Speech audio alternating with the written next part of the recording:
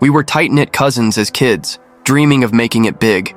Now, a leader at a billion-dollar tech company, he gatekept me from an opportunity that could have turned my life around.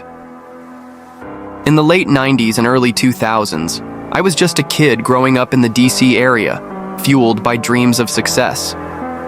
My cousin Robert was always ahead of the game, ambitious in ways I admired.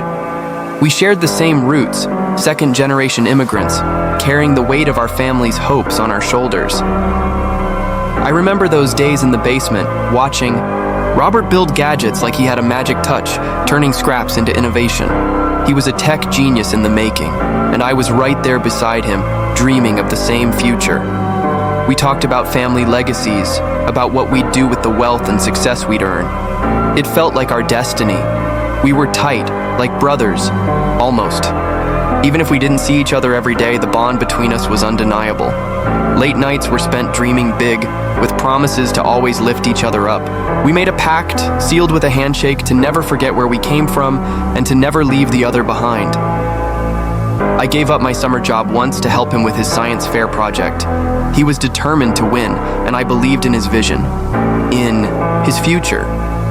Looking back, it was a small sacrifice, but it felt like I was investing in the future.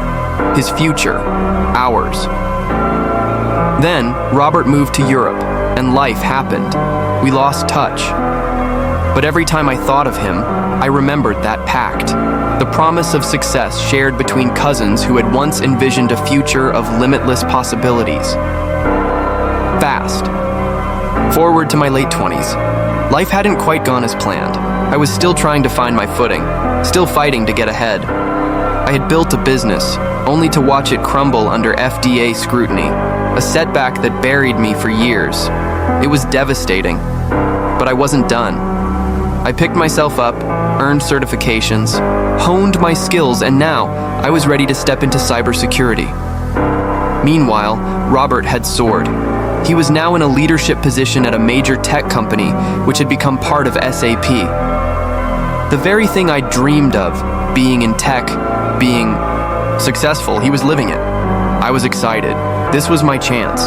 The universe had brought everything full circle. I sent him an email, hoping for a break, a chance to finally get out of the rut I was in. I asked if there was any way he could help me on board into his company, in any capacity.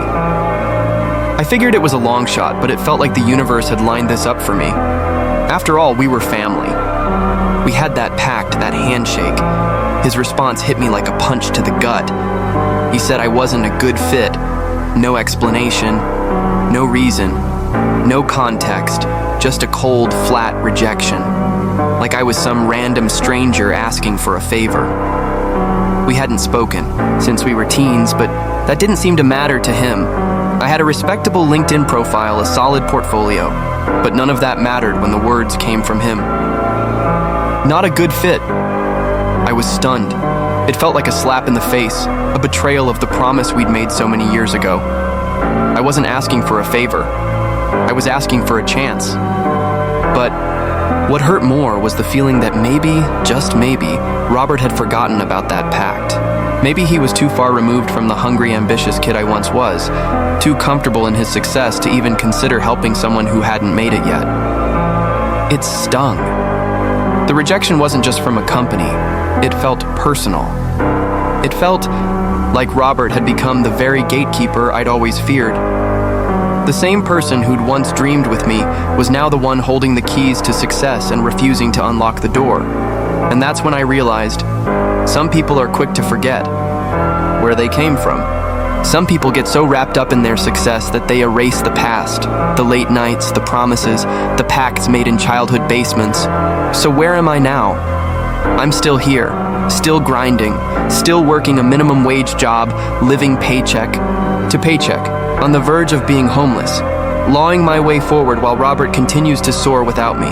He's sitting at the top, looking down from glass offices, making decisions that shape the future of tech, while I'm on the outside watching the doors stay locked. But here's the truth no one tells you. The people who make it don't always. Reach back.